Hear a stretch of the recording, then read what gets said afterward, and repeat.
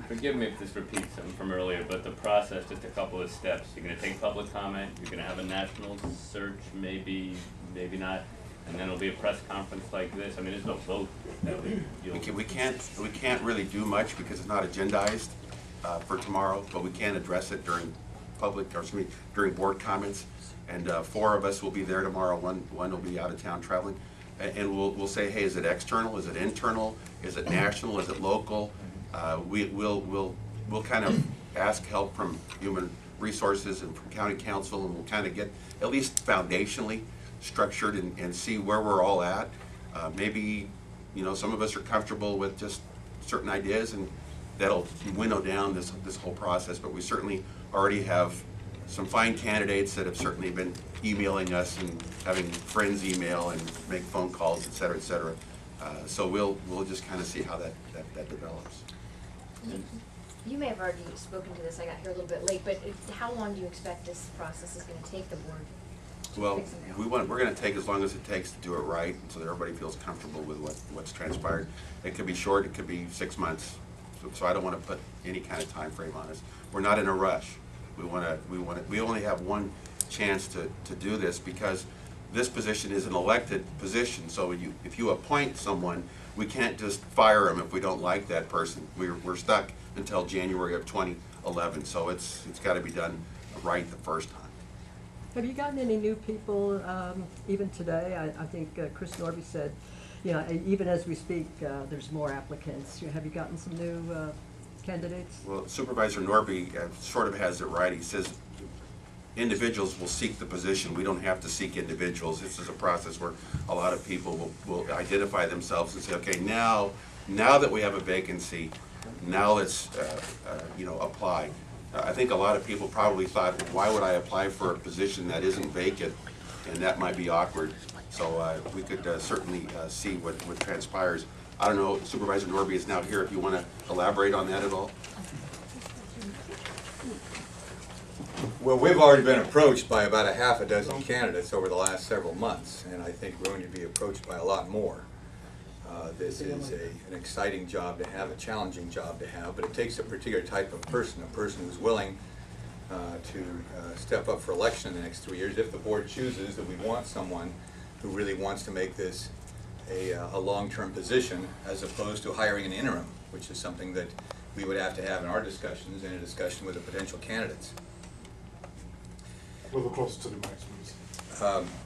But this has been anticipated for a long, long time, but it's still a surprise when it happens. It's making national headlines. Certainly we need to reach out to as many people as we can who would want this position, but they're going to find us, I think, before we have to find them, and they're already looking, and many of them already have. We live within, what, John, a 50-mile radius of maybe 20 million people. And certainly we have a lot of people familiar with Orange County that are qualified to do this. But it takes a special kind of person. It's going to take 3 votes on the board, and hopefully if 3 agree, we can all agree. I don't have any particular favorites. We just want somebody that can do the job and take over a department which has been distracted for far too long. Let me ask something of both of you. I've heard comments that it is time for the department to turn over a new leaf and be led by someone from outside of the department. Would each of you comment on that strategy, and whether you see that as a good strategy? Well, I would certainly make that argument if I did not work for the department. If I worked for the department, I'd say you need somebody that knows it. Yeah, and you don't work for the department. There are pros and cons on both sides, but you have to take a totality. Speaking as someone that stepped into a distressed department, I think it would be good to be very careful on how we change the culture and restore the department. And so I think that has to go into our deliberations. That's why we have to be very judicious and very thorough in selecting someone, because we do have issues that need to be restored. We need someone that can lead the department and restore the morale.